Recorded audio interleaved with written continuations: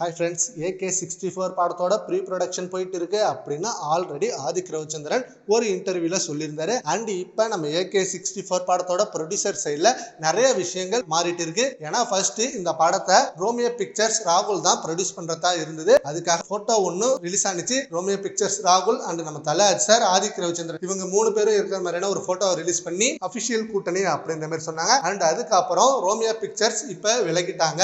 ஏன்னா அஜிசாரோட சம்பள இஷ்யூ அப்படின்ற மாதிரி ஒரு நியூஸ் போயிட்டு. சரி, ஓகே, ரோமியோ பிக்சர்ஸ் மாறிட்டாங்க, அடுத்து வேற யார் ப்ரொடியூசர் அப்படின்னு ரொம்ப எதிர்பார்த்துட்டு இருந்தாங்க. அண்ட் கோல்டு மைன் ப்ரொடக்ஷன்ல இருந்து இந்த படத்தை தயாரிக்கிறதா முன் வந்தாங்களா. அண்ட் பேச்சுவார்த்தையில அதுவும் தோல்வி அடைஞ்சதாகவும் அண்ட் AGS கல்பாத்திய சகோதரம் ப்ரொடக்ஷன் தான் இப்ப நம்ம தல அஜிசார் வச்சு AK64 படத்தை ப்ரொடியூஸ் பண்ண போறாங்க அப்படின்ற மாதிரி நியூஸ் இப்ப சோசியல் மீடியால செம வைரலா போயிட்டு இருக்கு. ப்ரொடியூசர் சைட்ல இவ்வளவு இஷ்யூ வந்துட்டு இருக்கு அப்படின்ற மாதிரி சர்ச்சையாகவும் போயிட்டு இருக்கு.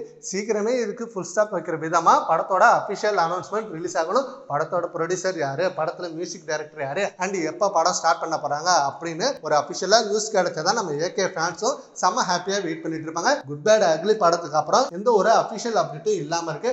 ஆதிக் ரவிச்சந்திரன் தான் ஒரு 2 இடத்துல இந்த படத்தை நான் தான் டைரக்ட் பண்ண போறேன், அண்ட் ஃபேமிலி சென்டிமெண்ட், ஆக்ஷன் இப்படின்னு எல்லாம் கலந்த ஒரு செம்மையான என்டர்டைன்மெண்ட் படமா தான் இதை எடுக்க போறேன் அப்படின்ற மாதிரி சொல்லியிருந்தாரு. அண்ட் அஜிசாரும் ஒரு இன்டர்வியூல சொல்லியிருந்தாரு ஆதிக் ரவிச்சந்திரன் கூட அடுத்த படம் பண்ண போறேன் அப்படின்னு. சீக்கிரமே அபிஷியல் அனௌன்ஸ்மெண்ட் ரிலீஸ் ஆகணும்.